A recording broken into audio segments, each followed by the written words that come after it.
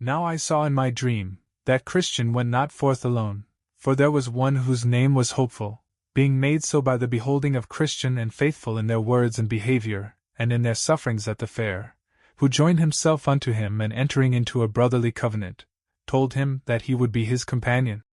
Thus, one died to bear testimony to the truth, and another rises out of his ashes, to be a companion with Christian in his pilgrimage. This Hopeful also told Christian that there were many more of the men in the fair that would take their time and follow after. So I saw that quickly after they were got out of the fair, they overtook one that was going before them, whose name was Bunyan. So they said to him, What countryman, sir? And how far go you this way? He told them that he came from the town of Fair Speech, and he was going to the celestial city, but told them not his name. From Fair Speech, said Christian. Is there any good that lives there? Yes, said Bunyan, I hope. Pray, sir, what may I call you? Said Christian. I am a stranger to you, and you to me. If you be going this way, I shall be glad of your company. If not, I must be content, said Bunyan. This town of Fair Speech, said Christian, I have heard of. And, as I remember, they say it is a wealthy place. Yes, I will assure you that it is, and I have very many rich kindred there, Bunyan replied. Pray, who are your kindred there? If a man may be so bold, said Christian.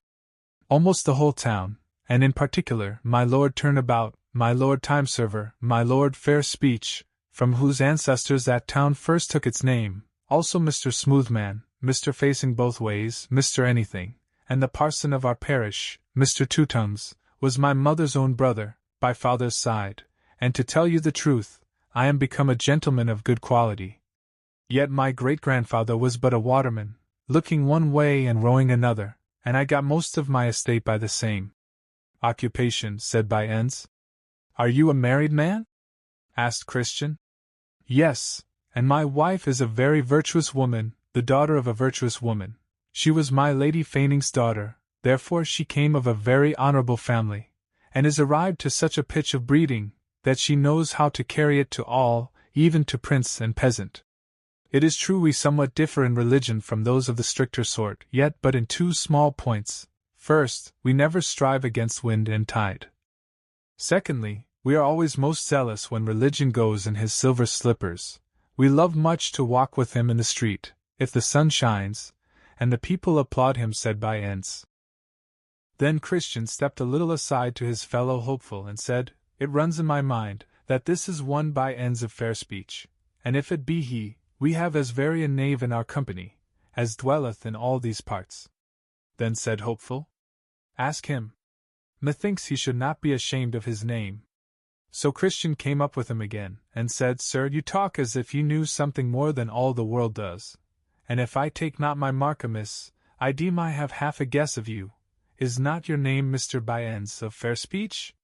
This is not my name, he replied, but indeed it is a nickname that is given me by some that cannot abide me, and I must be content to bear it as a reproach, as other good men have borne theirs before me. But did you never give an occasion to men to call you by this name? Christian asked. Never, never, Bunyan answered.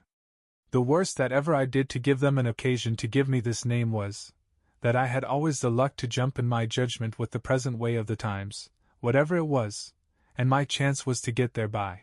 But if things are thus cast upon me, let me count them a blessing, but let not the malicious load me therefore with reproach. I thought, indeed, that you were the man that I heard of, said Christian. And to tell you what I think, I fear this name belongs to you more properly than you are willing we should think it does. Well, if you will thus imagine, I cannot help it, you shall find me a fair company keeper, if you will still admit me your associate, said Bunyan. If you will go with us, you must go against wind and tide, the which, I perceive, is against your opinion, said Christian. You must also own religion in his rags, as well as when in his silver slippers, and stand by him too, when bound in irons, as well as when he walketh the streets with applause. You must not impose, nor lord it over my faith. Leave me to my liberty, and let me go with you, Bunyan said. Not a step further, unless you will do in what I propound, as we, Christian replied. Then said Bunyan, I shall never desert my old principles, since they are harmless and profitable. If I may not go with you, I must do as I did before you overtook me, even go by myself, until some overtake me that will be glad of my company. Now I saw in my dream that Christian and Hopeful left him, and kept their distance before him, but one of them looking back, saw 3 men following Mr. Bunyan's.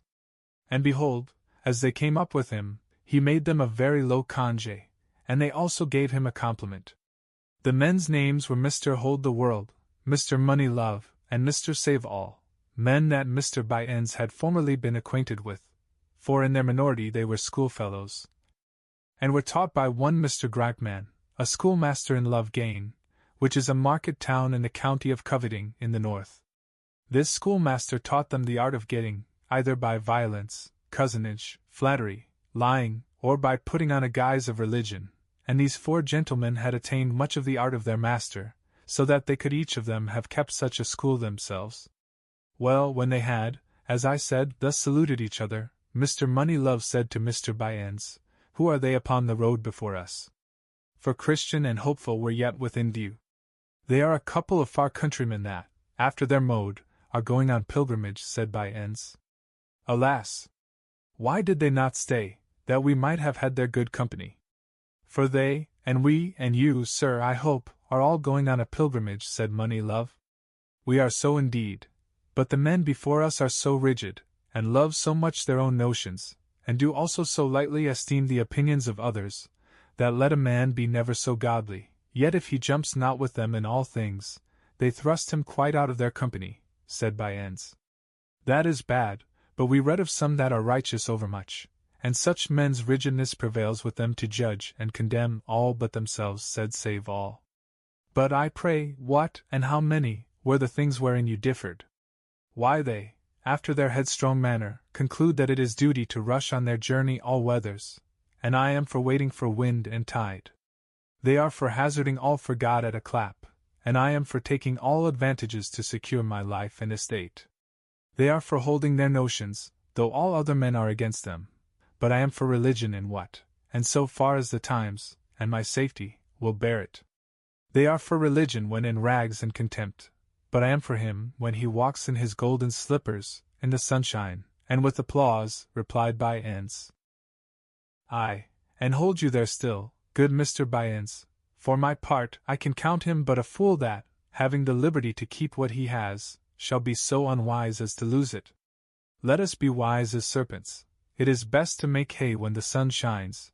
You see how the bee lies still all winter, and stirs only when she can have profit with pleasure. God sends sometimes rain, and sometimes sunshine. If they be such fools to go through the first, yet let us be content to take fair weather along with us. For my part, I like that religion best that will stand with the security of God's good blessings unto us. For who can imagine, that is ruled by his reason, since God has bestowed upon us the good things of this life, but that he would have us keep them for his sake? Abraham and Solomon grew rich in religion. And Job says that a good man shall lay up gold as dust. But he must not be such as the men before us, if they be as you have described them," said Hold the World. "I think that we are all agreed in this matter, and therefore there needs no more words about it," said Save All. "No, there needs no more words about this matter indeed, for he that believes neither scripture nor reason, and you see we have both on our side, either knows his own liberty, nor seeks his own safety," replied Moneylove. Then Bunyan said, "My brethren, we are, as you see, going all on pilgrimage, and for our better diversion from things that are bad, give me leave to propound unto you this question.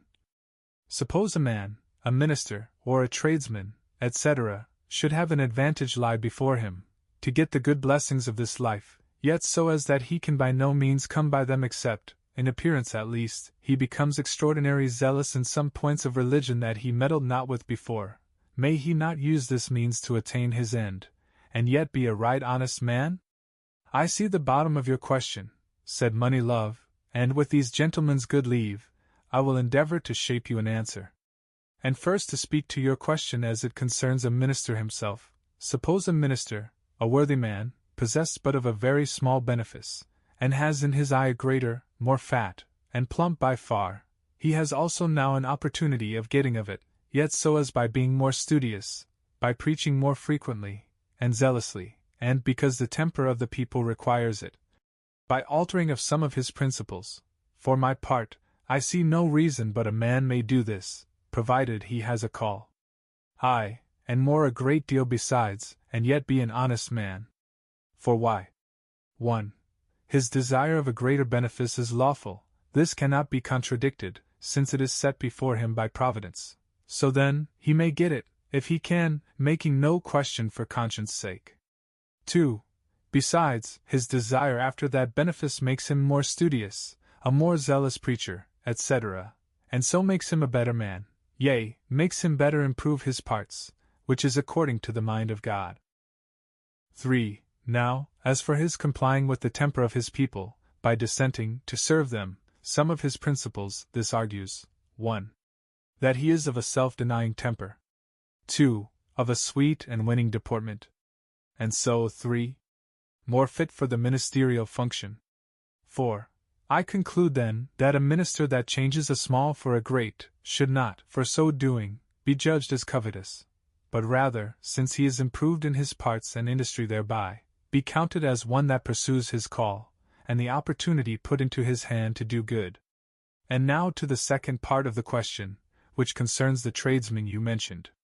Suppose such a one to have but a poor employ in the world, but by becoming religious, he may mend his market, perhaps get a rich wife, or more, and far better customers to his shop. For my part, I see no reason but that this may be lawfully done.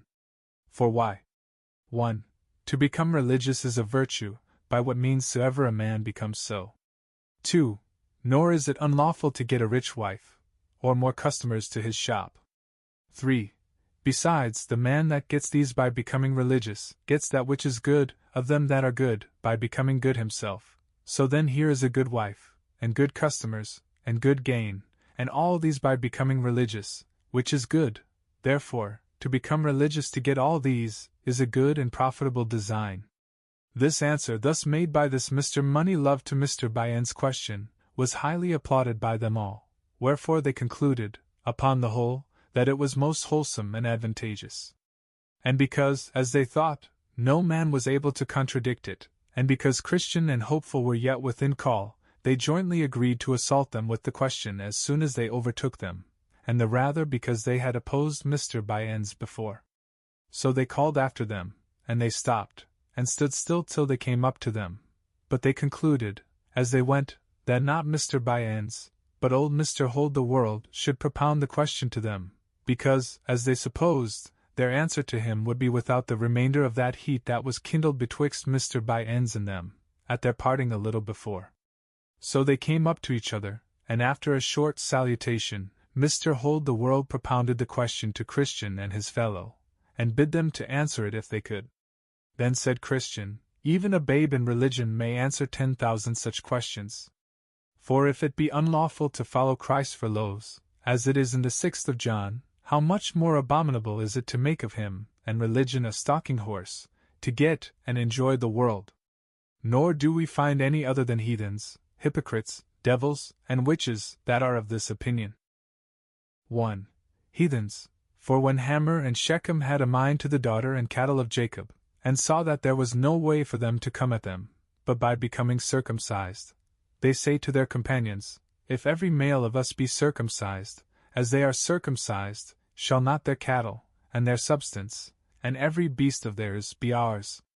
Their daughter and their cattle were that which they sought to obtain, and their religion the stalking horse they made use of to come at them. 2. The hypocritical Pharisees were also of this religion, long prayers were their pretense, but to get widows' houses was their intent, and greater damnation was from God their judgment. 3. Judas the devil was also of this religion. He was religious for the bag, that he might be possessed of what was therein. But he was lost, cast away, and the very son of perdition. 4. Simon the which was of this religion too, for he would have had the Holy Ghost, that he might have got money therewith, and his sentence from Peter's mouth was according. 5. Either will it out of my mind, but that man that takes up religion for the world, will throw away religion for the world. For so surely as Judas desired the world in becoming religious, so surely did he also sell religion and his master for the same. To answer the question therefore affirmatively, as I perceive you have done, and to accept as authentic, such answer, is both heathenish, hypocritical, and devilish, and your reward will be according to your works. Then they stood staring one upon another, but had not the wherewith to answer Christian. Hopeful also approved of the soundness of Christian's answer, so there was a great silence among them. Mr. By-ends and his company also staggered and kept behind, that Christian and Hopeful might outgo them. Then said Christian to his fellow, If these men cannot stand before the sentence of men, what will they do with the sentence of God? And if they are mute when dealt with by vessels of clay, what will they do when they shall be rebuked by the flames of a devouring fire? Then Christian and Hopeful outwent them again, and went till they came at a delicate plain, called Ease, where they went with much content. But that plain was but narrow, so they were quickly got over it. Now at the further side of that plain was a little hill called Lucre, and in that hill a silver mine, which some of them that had formerly gone that way, because of the rarity of it, had turned aside to see, but going too near the brink of the pit, the ground being deceitful under them, broke, and they were slain. Some also had been maimed there, and could not, to their dying day, be their own men again. Then I saw in my dream, that a little off the road, over against the silver mine, stood Demas, gentlemanlike, to call to passers to come and see, who said to Christian and his fellow, Ho! Turn aside hither, and I will show you a thing. What thing so deserving as to turn us out of the way to see it? Said Christian. Demas answered, Here is a silver mine, and some digging in it for treasure. If you will come, with a little pains you may richly provide for yourselves. Then said Hopeful, Let us go see. Not I, said Christian, I have heard of this place before now, and how many have there been slain, and besides that, treasure is a snare to those that seek it, for it hindereth them in their pilgrimage. Then Christian called to Demas, saying, Is not the place dangerous? Has it not hindered many in their pilgrimage? Not very dangerous, except to those that are careless, said Demas, but withal, he blushed as he spake. Then said Christian to Hopeful, Let us not stir a step, but still keep on our way. I will warrant you, when By-ends comes up, if he has the same invitation as we, he will turn in thither to see, said Hopeful. No doubt thereof, for his principles lead him that way, and 100 to 1 but he dies there, said Christian. Then Demas called again, saying, But will you not come over and see? Then Christian roundly answered, saying, Demas, thou art an enemy to the right ways of the Lord of this way, and have been already condemned for thine own turning aside, by one of his Majesty's judges. And why do you seek to bring us into the like condemnation? Besides, if we at all turn aside, our Lord the King will certainly hear thereof, and will there put us to shame, where we would stand with boldness before him. Demas cried again, that he also was one of their fraternity, and that if they would tarry a little, he also himself would walk with them. Then said Christian, What is your name? Is it not the same by the which I have called you? Yes, my name is Demas. I am the son of Abraham. I know you, said Christian. Gehazi was your great-grandfather, and Judas your father, and you have trod in their steps. It is but a devilish prank that ye use. Your father was hanged for a traitor, and you deserve no better reward. Assure yourself, that when we come to the king, we will tell him of your behavior. Thus they went their way. By this time By-ends and his companions were come again within sight, and they, at the first call, went over to Demas. Now, whether they fell into the pit by looking over the brink thereof, or whether they went down to dig, or whether they were smothered in the bottom by the damps that commonly arise, of these things I am not certain. But this I observed, that they never were seen again in the way. Then sang Christian. By-ends and Silver Demas both agree. One calls, the other runs, that he may be a sharer in his lucre, so these do. Take up in this world, and no further go. Now I saw that, just on the other side of this plain, the Pilgrims came to a place where stood an old monument, hard by the highway's side, at the sight of which they were both concerned, because of the strangeness of the form thereof. For it seemed to them as if it had been a woman transformed into the shape of a pillar. Here therefore they stood looking upon it, but could not for a time tell what they should make thereof.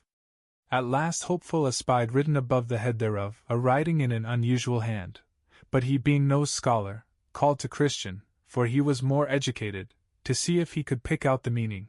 So he came, and after a little laying of letters together, he found the same to be this: Remember Lot's wife. So he read it to his fellow, after which they both concluded that that was the pillar of salt into which Lot's wife was turned, for her looking back with a covetous heart, when she was going from Sodom for safety, which sudden and amazing sight gave them occasion of this discourse. Ah, my brother! This is a seasonable sight. It came opportunely to us after the invitation which Demas gave us to come over to view the hill Lucre, and had we gone over, as he desired us, and as you were inclining to do, my brother, we had, for aught I know, been made ourselves like this woman, a spectacle for those that shall come after to behold, said Christian.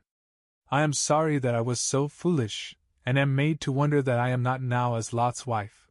For wherein was the difference betwixt her sin and mine? She only looked back, and I had a desire to go see. Let grace be adored, and let me be ashamed, that ever such a thing should be in mine heart, said Hopeful. Let us take notice of what we see here, for our help for time to come, said Christian. This woman escaped one judgment, for she fell not by the destruction of Sodom, yet she was destroyed by another. As we see, she is turned into a pillar of salt. True, and she may be to us both caution and example. Caution, that we should shun her sin, or a sign of what judgment will overtake such as shall not be prevented by this caution. So Korah, Dathan, and Abram, with the 250 men that perished in their sin, did also become a sign or example to others to beware. But above all, I muse at one thing, to wit, how Demas and his fellows can stand so confidently yonder to look for that treasure, which this woman, but for looking behind her, after, for we read not that she stepped 1 foot out of the way, was turned into a pillar of salt, especially since the judgment which overtook her did make her an example, within sight of where they are, for they cannot choose but see her. Did they but lift up their eyes, said Hopeful. It is a thing to be wondered at, and it argues that their hearts are grown desperate in the case, and I cannot tell who to compare them to so fitly, as to them that pick pockets in the presence of the judge, or that will out purses under the gallows. It is said of the men of Sodom, that they were sinners exceedingly, because they were sinners before the Lord, that is, in his eyesight, and notwithstanding the kindnesses that he had showed them, for the land of Sodom was now like the Garden of Eden heretofore. This, therefore, provoked him the more to jealousy, and made their plague as hot as the fire of the Lord out of heaven could make it. And it is most rationally to be concluded, that such, even such as these are, that shall sin in the sight, yea, and that too in despite of such examples that are set continually before them, to caution them to the contrary, must be partakers of severest judgments, said Christian. Doubtless you have said the truth, Hopeful replied. But what a mercy is it, that neither you, but especially I, am not made myself this example. This is an occasion for us to thank God, to fear before him, and always to remember Lot's wife.